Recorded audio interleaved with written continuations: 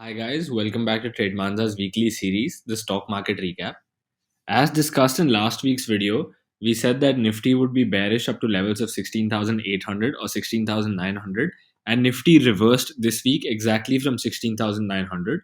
However, this was probably not a technical move. This up move in the markets were because RBI stuck to its decision of not increasing interest rates, which is a good thing for stock markets as it allows companies access to cheap funding. This is the reason for which the markets have been rallying the past 3 days, even though the other global cues have been slightly bearish. If we switch to a time frame with some moving averages, we can see that Nifty is now just taking resistance at the 17,500 levels, which coincides exactly with the moving average.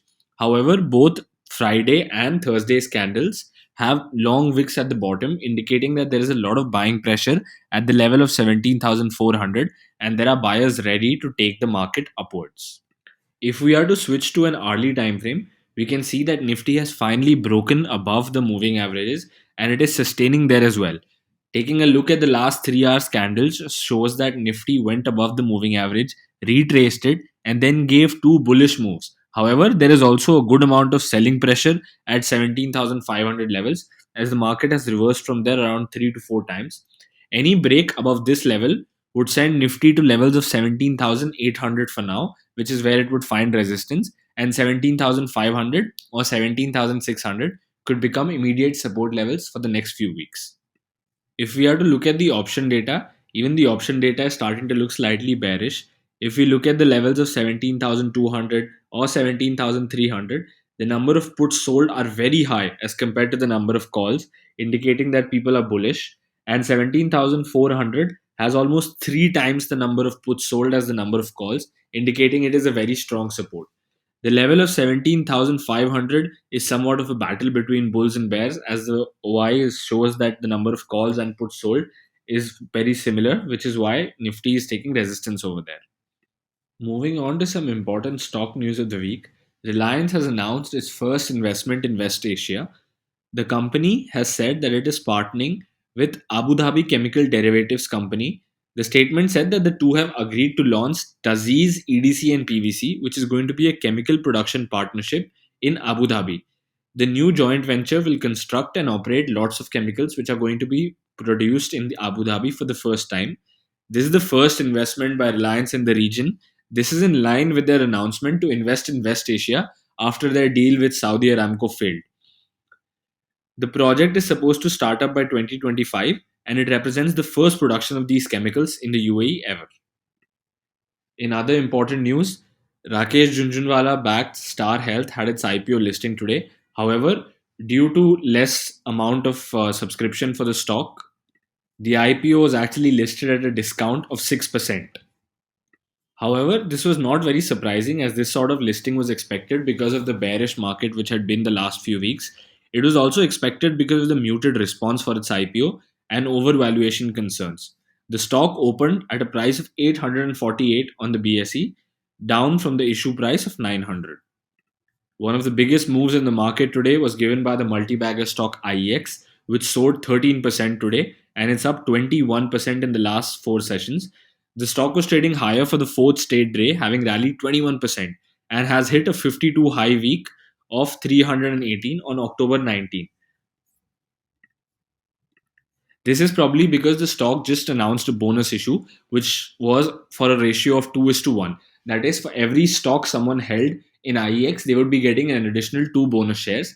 And the price of the stock was adjusted from 770 to around 245 levels. While this is not really true, this makes people think that the stock is now cheaper and more and more people jump onto the stock and buy it, which sends the price even higher.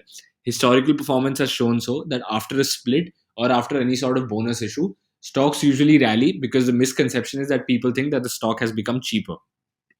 Moving on to some important economic news, the reason why the stock markets rallied is the RBI's decision to keep the interest rates unchanged. On Wednesday, the RBI met and they decided to keep the repo rate steady at 4%. The RBI Governor Shaktikanta Das said that the reverse repo rate was also left unchanged at 3.35% amid uncertainty over the impact that the Omicron strain may have on India's economic growth. As we know, while the virus has not really wreaked havoc in India yet, However, a third wave is being expected around January or February, which is why they have decided to keep interest rates low to provide some support to the markets and the economy. A lower interest rate means that people can borrow funds at cheaper rates, and so can companies. That's why the stock market took this in a positive way, as this allows companies access to cheaper funds. Global cues, however, have still been looking bearish. Japan's economic data came out, and in the July September period, their economy contracted deeper than initially estimated amid a summer surge in COVID 19 cases that triggered some emergency restrictions.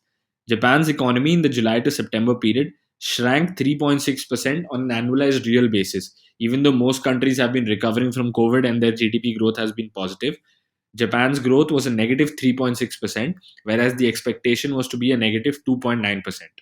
The most important data for the week, the US inflation data, which has just come out yesterday.